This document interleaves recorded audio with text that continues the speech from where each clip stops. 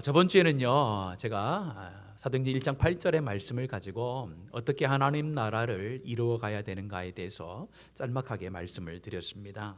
다시 한번 저번 주 설교를 되짚어 보면요, 하나님 나라를 세워감에 있어서 첫 번째는 증인의 삶을 살아가는 것이다. 예수 그리스도의 복음을 증거하는 삶을 살아감을 통하여 하나님 나라를 이루어 가야 된다라고 말씀을 드렸습니다. 우리 교회와 또 우리 한국 교회가 이 땅을 변화시키고 세계를 변화시키며 이 땅 가운데 하나님 나라를 세워가는 데 있어서 가장 첫 번째 해야 될 것은 예수 그리스도의 복음을 증거하는 삶인 줄로 믿습니다. 교회가 복음의 진리를 가지고 그 복음의 진리를 선포할 때에 이 세상이 변화되어지고 하나님 나라가 되어지는 줄로 믿습니다. 성도들은 그것을 믿고 다른 것으로 세상을 변화시키려고 하는 것이 아니라 오직 예수 그리스도의 복음, 그것으로 세상을 변화시키려고 애를 쓰는 모습, 그것이 하나님 나라를 세워가는 모습이다라고 말씀을 드렸습니다. 두 번째는 그 하나님 나라를 세워감에 있어서 내 힘과 내 능력과 내 권력으로 하나님 나라를 이루어가는 것이 아니라 성령의 권능과 성령의 능력으로 하나님 나라를 세워가야 된다라고 말씀을 드렸습니다. 그래서 저희들이 그렇게 날마다 하나님 앞에 갈급하는 기도의 제목이 있지 않습니까? 그것이 어떤 기도의 제목입니까? 성령의 권능과 성령의 충만을 넣고 우리가 기도하잖아요. 왜 여러분들은 성령의 충만과 성령의 권능이 임하기를 기도합니까? 내 삶 가운데 하나님의 도우심이 조금 더 있고 내 삶이 좀 더 세상에서 누릴 수 있는 것으로 더 많아지기 위해서 우리가 성령의 충만을 구하고 성령의 권능을 구하는 것이 아닌 줄로 믿습니다. 하나님 나라를 이루어감에 있어서 필요한 힘이 권능이 성령의 권능이기 때문에 우리가 성령의 권능을 구하는 것이지 다른 목적을 가지고 성령의 권능과 성령의 충만을 구하지 않는다라는 겁니다. 여러분들 성령의 권능을 구하시고 충만을 구하실 때에 그 목적이 하나님 나라를 이뤄가기 위해서 구한다면 하나님께서는 약속하신 성령을 부으시고 충만케 하셔서 여러분들을 하나님의 사람으로 위대하게 사용할 줄로 믿습니다. 마지막 세 번째는요, 이 복음을 증거함에 있어서 하나님 나라를 이루어감에 있어서 어디부터 시작되는가? 예루살렘에서부터 시작된다는 겁니다. 사마리아와 땅끝까지 이르러 내 증인이 되라고 하신 하나님의 말씀이 온 세상과 열방을 하나님의 나라를 이루어가는 그 목적이 있습니다. 그러나 그 첫 출발이 예루살렘에서부터 시작된다는 겁니다. 예루살렘부터 시작된다는 말은 어떤 의미입니까? 바로 내가 있는 가정, 내가 있는 직장, 내가 다니는 교회로부터 하나님 나라가 이루어져야지 온전히 세계와 열방 가운데 하나님 나라를 이루어가는 삶을 살아갈 수가 있다는 겁니다. 역으로 이야기하면 내 가정이 하나님 나라를 이루지 못하고 우리의 교회가 하나님의 나라를 이루지 못한다면 그 사람이 나가서 가정을 넘어서 직장과 사회와 열방 가운데 하나님의 나라를 이루어가는 데 쓰임을 받을 수 없다는 겁니다. 그래서 저와 여러분은 우리가 먼저 속해져 있는 가장 가까이에 있는 가정을 하나님 나라로 세워 나가야 된다는 겁니다. 또한 우리가 함께 예배드리는 이 교회 공동체를 하나님의 나라로 변화시켜 나가고 만들어 나가야 될 책임이 먼저 있다라는 겁니다. 그래서 그 가정과 그 교회를 통하여 하나님 나라가 세계와 열방 가운데 뻗어나가는데 귀하게 쓰임을 받는 그런 교회와 가정이 된다라고 말씀을 드렸습니다. 이런 모습으로 하나님 나라를 온전히 세워가는 여러분의 삶과 가정과 우리 교회가 되어지기를 예수님의 이름으로 간절히 축복합니다. 오늘은 읽었던 본문의 말씀을 가지고 약속하신 것을 기다리며 어떻게 해야 되는가? 오늘 4절의 말씀을 같이 한번 읽겠습니다. 4절에 있는 말씀입니다. 1장 4절입니다. 시작. 사도와 함께 모이사 그들에게 분부하여 이르시되 예루살렘을 떠나지 말고 내게서 들은 바 아버지께서 약속하신 것을 기다리라. 예수님께서 십자가에 죽으신 이후에 3일 만에 부활하셔서 다시 제자들을 만나게 됩니다. 제자들을 만나서 뜬금없이 이 말씀을 하시는 거예요.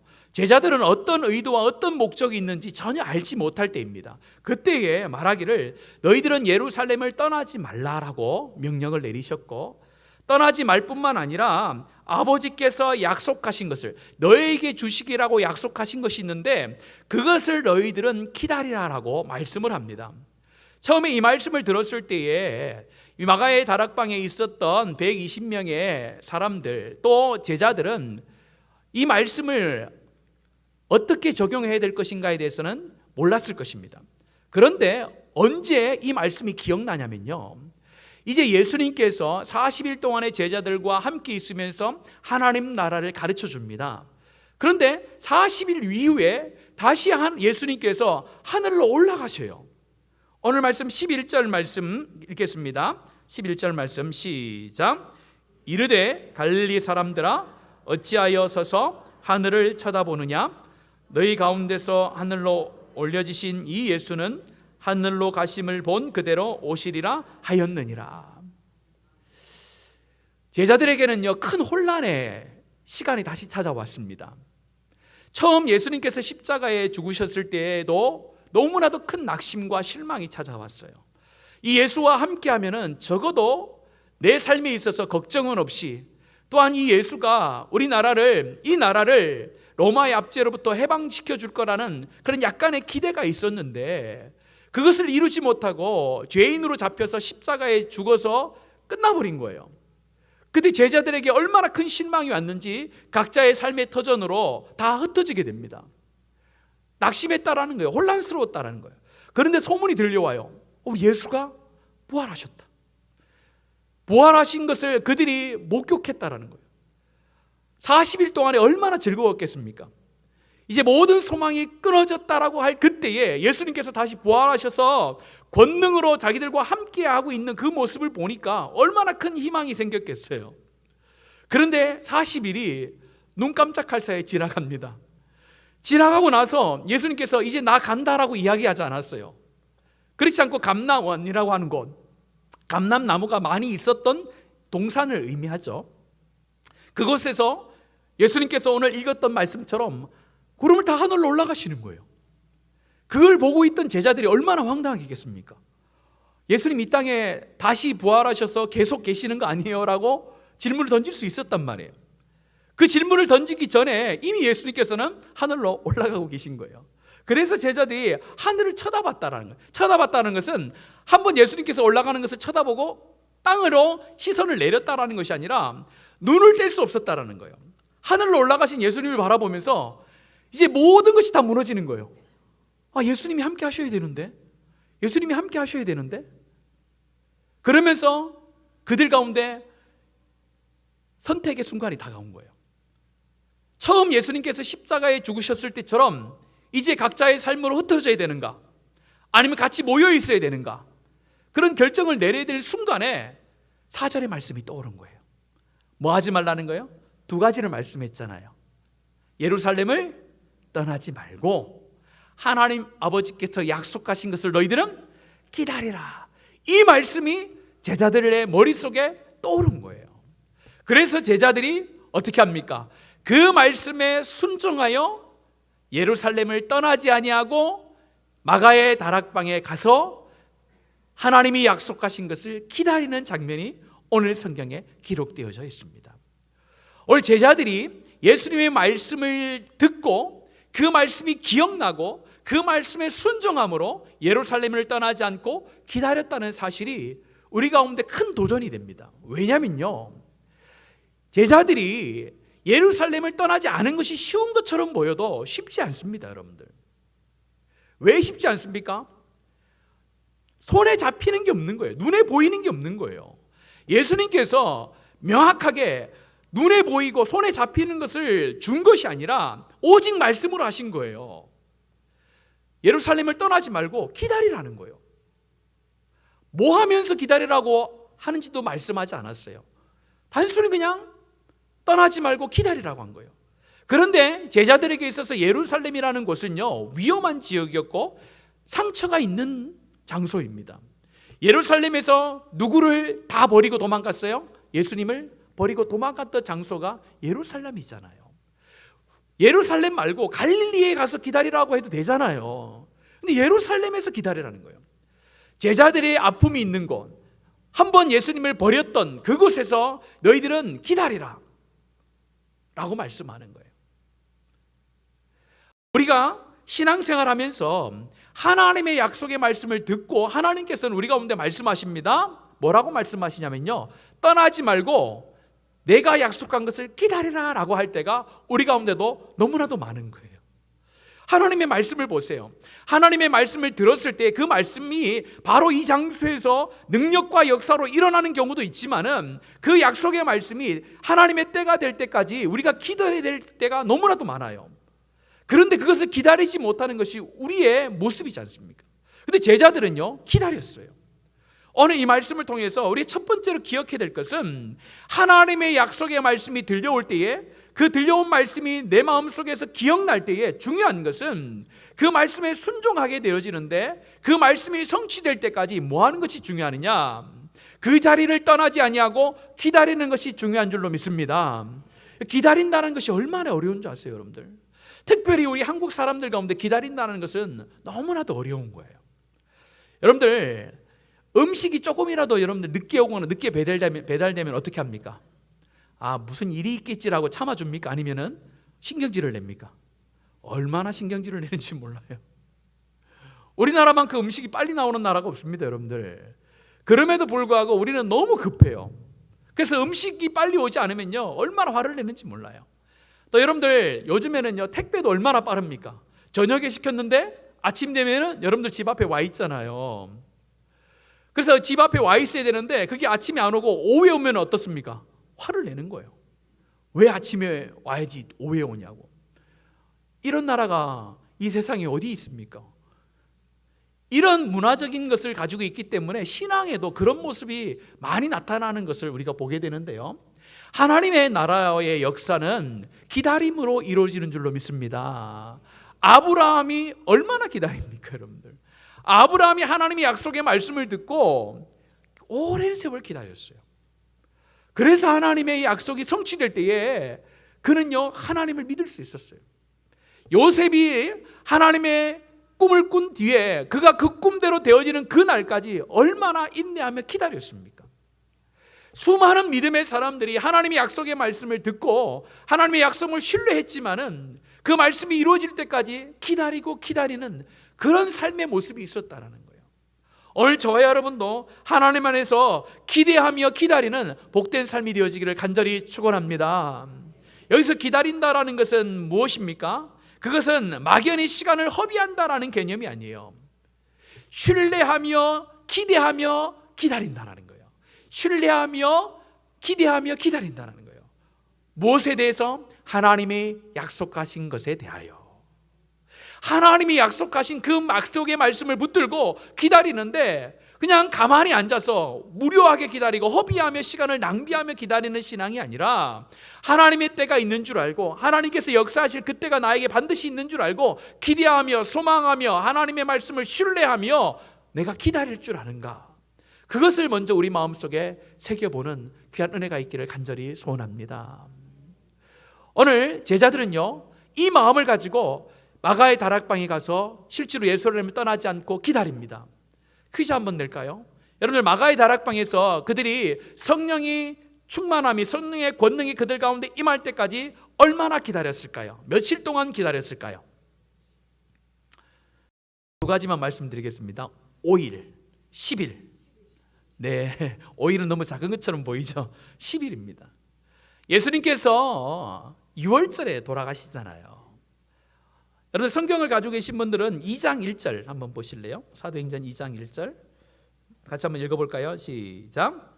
오순절 날이 이미 이름에 그들이 다 같이 한 곳에 모였더니, 2절에 보면 호련히 하늘로부터 이제 성령이 임하게 됩니다. 오순절 날에 성령이 임했다고 했어요. 그러니까 6월절로부터 50일째 되는 날이 오순절이거든요. 그리고 예수님께서 이 땅에 며칠 계셨어요? 40일 계셨잖아요. 그래서 약 10일 정도 그들이 마가의 다락방에서 기다리고 있었다라는 것을 우리가 알 수 있습니다. 그런데 10일 동안에 있으면서 그들은 무엇을 했는가? 그게 중요한 거예요. 하나님의 약속의 말씀이 떠오르고 예루살렘을 떠나지 않고 지금 약속한 것을 기다리고 있는데, 기다리면서 소망과 기대가 있었단 말이에요. 근데 소망과 기대가 그냥 마음속에만 있었던 것이 아니라 행동을 하게 되어지는데, 그게 14절의 말씀에 나옵니다. 14절의 말씀 같이 한번 믿음으로 읽겠습니다. 시작. 여자들과 예수의 어머니 마리아와 예수의 아우들과 더불어 마음을 같이하여 오로지 기도에 힘쓰니라. 뭘 했다라고 말씀합니까? 마음을 같이하여 라고 먼저 말씀합니다. 마음을 같이하여 오로지 기도에 힘쓰니라. 예수님께서 4절의 말씀을 하실 때, 기다리라고 하실 때 뭘 하면서 행동하며 기다릴 것에 대해서 말씀하지 않았어요. 그냥 단순히 떠나지 말고 기다리라고 했거든요. 그런데 그 떠나지 않고 기다리며 했던 행동이 마음을 같이하여 전심을 다하여 함께 기도했다라는 거예요. 우리가 하나님의 역사와 하나님의 능력, 영적인 사건을 경험하기 위해서는 우리가 하나님의 말씀에 근거하여 기다리는 삶이 있어야 되는데, 그 기다리는 삶의 과정 속에 우리가 무엇을 해야 되느냐? 그것은 바로 기도인 줄로 믿습니다. 기도하는 거예요, 여러분들.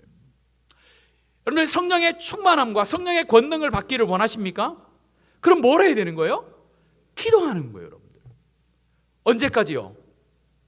하나님의 성령의 권능과 성령의 충만이 내 삶 가운데 이루어질 때까지 우리는 기대하며 신뢰하며 기도하는 거예요. 그래야 하나님의 역사가 일어난다는 겁니다. 이들이 기도할 때 어떻게 기도합니까? 마음을 같이하여 기도했을 뿐만 아니라 그들이 오로지 기도에 힘썼다라고 합니다. 이 오로지라는 것은 무엇입니까?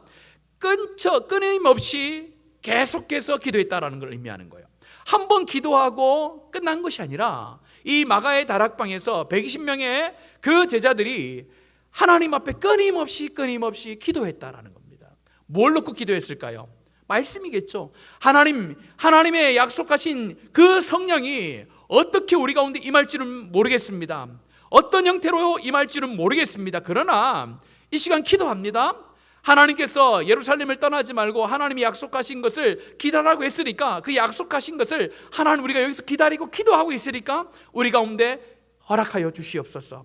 하나님의 뜻, 하나님의 약속을 이루어 주십시오라고, 그런 기도의 제목을 가지고 이 10일의 기간 동안에 끊임없이 기도했던 사람들이 바로 이 120명의 하나님의 사람들이었습니다. 그 뒤에 어떻게 됩니까? 하나님의 놀라운 성령의 역사를 경험하게 되어지는 것입니다. 기도라는 것은 하나님의 영적인 사건을 준비하는 강력한 준비의 과정이 됩니다. 하나님의 영적인 사건을 경험하기 위해서는 반드시 있어야 될 것이 기도하는 것이 필요하다는 겁니다. 오늘 시대가 어렵다라고 합니다. 다들 어렵다라고 합니다. 힘들다라고 합니다. 그러면요, 우리가 해야 될 것이 있는 거예요. 기도하는 거예요. 기도하는 거. 누가 이렇게 이야기하더라고요. 기도에 대해서 이야기하는 사람은 많아도 기도하는 사람은 적다, 이런 표현을 쓰더라고요. 참 공감이 되시죠? 기도에 대해서, 기도에 관해서 여러 이야기하는 사람들은 많습니다. 그러나 실제로 기도의 자리를 지키며 기도하는 사람은 적다라는 거예요. 오늘 우리 교회가 하나님의 성령의 충만함으로 하나님의 능력의 교회가 되어지기를 간절히 축복합니다. 그러기 위해서 우리 가운데 있어야 될 것은 기도의 자리를 지키는 사람들이 많아져야 된다는 거예요. 이번 주부터 금요 기도회를 저희들이 다시 시작한다라고 광고에 놓아 있습니다. 여러분, 금요 기도회 가운데 기도할 수 있는 자리가 열려져 있단 말이에요. 그럼 우리는 어떻게 됩니까? 기도의 자리를 지키는 것이 중요합니다.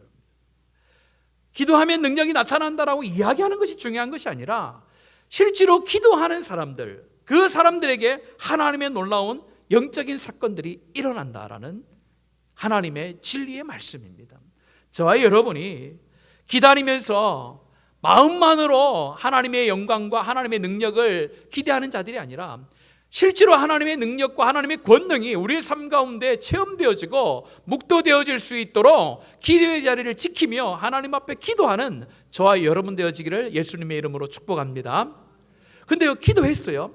기도해서 하나님의 성령의 충만이 임하는데 오늘 중요한 부분이 또 하나 있습니다. 뭐냐면요, 공동체 안에서 하나님의 역사가 일어난다는 거예요. 오늘 여러분들 보세요.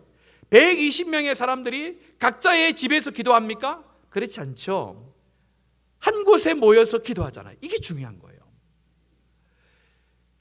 예수님께서 말씀하시기를 예루살렘을 떠나지 말고라고 했지 한 곳에 모여서 기도하라고 말씀하지 않으셨어요. 맞잖아요. 성경을 보세요. 예루살렘을 떠나지 말라라고 했지 한 곳에 모여서 기도하라 소리 안 했어요. 그런데 오늘 말씀해 보면요, 마가의 다락방에서 한 곳이라는 한 곳에 모여서 그들이 기도했다라는 거예요. 또한 오늘 말씀해 보면은 베드로가 그 모인 사람들에게 일어나서 이렇게 이야기합니다. 뭐라고 이야기합니까? 성경이 응하여 줬다. 이 가룟 유다가 이 예수님을 팔고 죽게 되어지는데 그 12명의 제자 가운데 한 사람이 비게 되어지는데 그것은 시편 69편과 109편에 있는 말씀이 응하여진 것이다. 그러니까 그 말씀대로 우리가 그 직분을 빼앗아서 다른 사람을 한 명을 세우자라고 베드로가 이야기를 합니다. 베드로가 이런 제안은 그냥 자기의 생각대로 한 것이 아니라 하나님의 영감을 받은 거예요. 하나님의 말씀을 받은 거예요. 그래서 마띠아를 세우게 됩니다. 그런데 여기서 궁금증이 하나 생겨요. 이제 예수님도 부활하셔서 승천하셨습니다. 이제 11명의 제자가 있고 한 명은 죽었습니다. 그러면은 11명으로 이제 하나님의 교회라는 공동체가 시작이 되면 되는데 왜 굳이 오늘 이 말씀에서 한 명을 더 세워서 12명의 제자를 맞추는가? 왜 11명으로는 안 되는가가 우리 질문을 던질 수 있잖아요. 왜 여러분들 11명으로 끝나지 않고 12명을 채우는 장면이 오늘 본문에 나올까요? 그것은 하나님 나라의 공동체성을 강조하기 위해서 그렇습니다. 야곱의 12아들을 통하여 이제는 한 족장의 가족이 아니라 이제 출애굽할 때에 한 민족을 이루잖아요. 12명의 자녀들이 12지파가 되어집니다. 12지파가 되어져서 하나님 나라를 상징하는 거예요. 계시록에 가보면은요, 이 12지파가 온 세계와 열방에 구원받는 자들의 모든 자들을 포함하는 것입니다. 이것을 볼 때에 하나님께서 지금 12명이라는 제자를 온전하게 세우는 것은 이 공동체의 어떤 교회의 첫 시작을 공동체성을 강조하는 거예요. 그러면서 이 마띠아를 세울 때 기준을 세우는데요, 21절과 22절에 보면 그 기준이 나옵니다. 같이 한번 읽어볼까요? 21절과 22절입니다. 시작. 이러함으로 요한의 세례로부터 우리 가운데서 올려져 가신 날까지 주 예수께서 우리 가운데 출입하실 때에 항상 우리와 함께 다니던 사람 중에 하나를 세워 우리와 더불어 예수께서 부활하심을 증언할 사람이 되게 하여야 하리라 하거늘. 21절과 22절의 말씀을 요약해 보면요, 두 가지 기준을 내세우는 거예요. 뭐냐면요, 공동체라고 할 때는 공동체의 일원이 되기 위해서는 공감대가 있어야 되는데 시간과 공간의 공감대가 있는 사람이 세워져야 된다는 것을 가르쳐 주는 겁니다. 그 사람이 하는 사역이 예수 그리스도의 복음을 증거하는 사명을 감당할 수가 있다는 거예요. 그러면서 120명의 사람들이 각자의 집에서 기도하는 것이 아니라 한 곳에서 기도하고 있고, 그곳에서 12명 중에 한 명이 빠져있는 온전한 이스라엘 백성들을 상징하는 12이라는 그 제자 가운데 이 마띠아를 세움을 통해서 온전하게 이루는 이 공동체성을 강조하면서 이 공동체 가운데 있어야 될 공감대는 뭐냐? 시간과 공간의 공감대를 이루는 사람이 한 공동체 안에 일원이 될 수 있다는 것을 강조하는 것입니다. 저와 여러분은 이 교회라는 공동체 안에 일원이 된 줄로 믿습니다. 왜냐하면요, 지금 시간과 공간의 공감대를 이루고 있잖아요. 지금 같은 시간에 같은 장소에서 누구에게 예배를 하고 있습니까? 하나님께 예배를 하고 있다라고 할 때에 그 시간과 공간에 같이 있는 사람들은 같은 공동체를 이루는 것입니다. 그러니까 우리가 영상의 예배를 드릴 때도 우리가 예배를 드린다라고 이야기하는데 그 예배를 자꾸 드리다 보면요, 공동체성이 사라지는 거예요. 그래서 영상 예배를 가급적이면 줄이는 게 좋습니다. 왜냐면요, 영상의 예배는 같이 예배를 드리는 것처럼 보이지만 공간적으로 같은 곳에 있지 않거든요. 그래서 우리는 현장의 예배를 중요시해야 될 이유가 여기에 있습니다. 현장에 와서 함께 예배를 드리고 또 함께 그 시간을 보내야 하나의 공동체를 이룰 수 있거든요. 여러분들, 하나님께서 이 성경뿐만 아니라 기독교 역사를 통하여 하나님의 부흥을 일으킬 때는요, 항상 공동체적으로 일으키셨지 개인의 어떤 부흥을 통해서 나라를 변화시키거나 그런 적은 없습니다. 항상 하나님께서는 공동체 안에서 기도하고 공동체 안에서 하나님의 역사를 기대할 때에 그 공동체 안에 하나님의 놀라운 역사를 행하여 주셨음을 우리는 이미 성경과 역사를 통하여 검증이 된 것을 알고 있습니다. 이제는 우리가 하나님 앞에 하나님의 역사와 하나님 능력을 받기 위해서는 공동체성을 유지하며 기도하는 것이 필요한 줄로 믿습니다.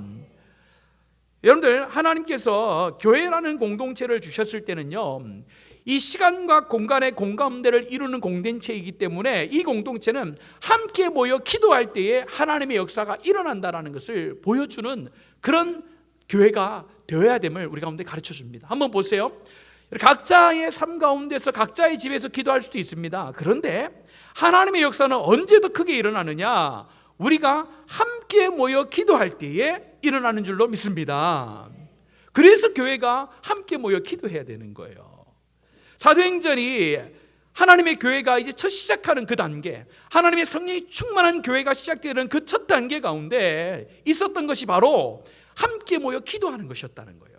그곳에 하나님의 권능이 임했고 그 권능을 통하여 하나님의 교회가 세워지고 있다는 겁니다. 우리 교회도 마찬가지입니다.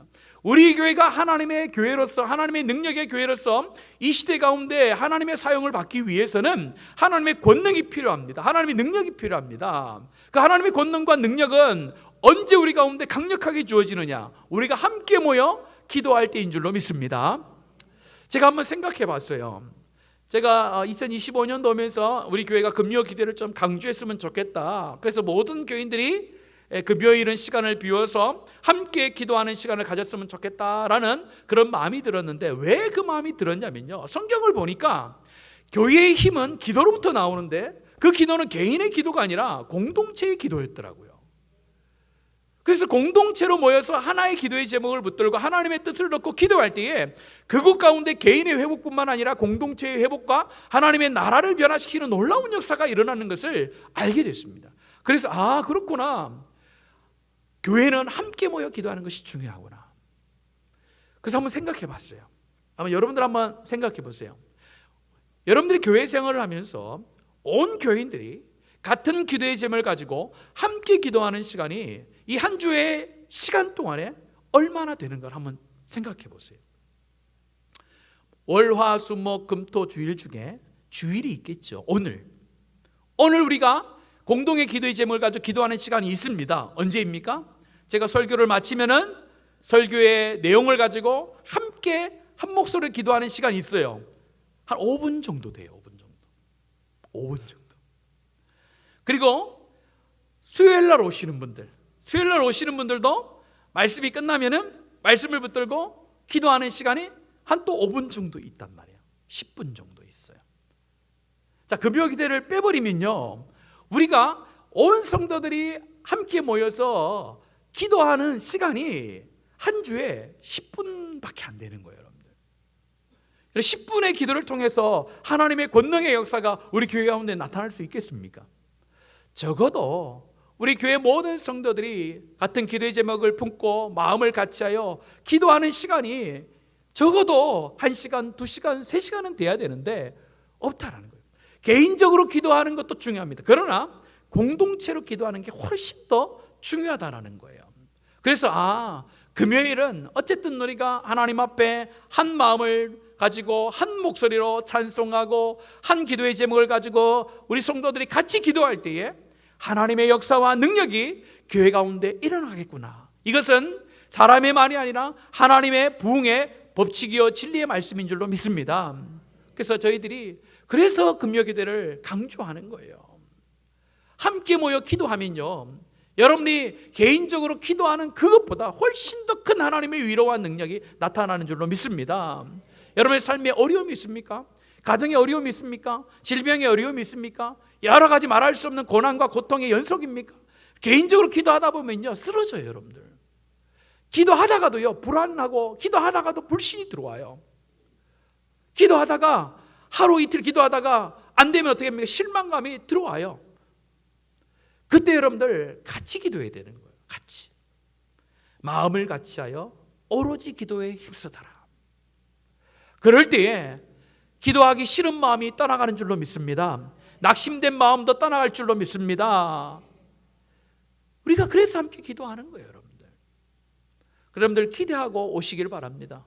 하나님, 이 금요기도를 통하여서 우리 교회가 한 목소리로 하나님의 보좌를 움직이는 기도의 제목을 올릴 때에 하늘 문을 여시고 우리 개인의 삶과 가정과 직장과 사회와 이 나라와 민족 가운데 하나님의 뜻을 보여주신 것을 믿음의 눈을 들어서 우리 모든 성도들이 볼 수 있도록 하나님 역사해 주십시오.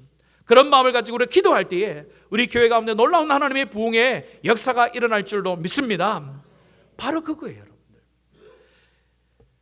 이런 우스운 얘기가 있더라고요. 저도 어떤 분 설교를 통해서 들었는데 공감이 좀 되더라고요. 한 오래된 이야기입니다만은 1907년도에 평양에 부흥이 있었습니다.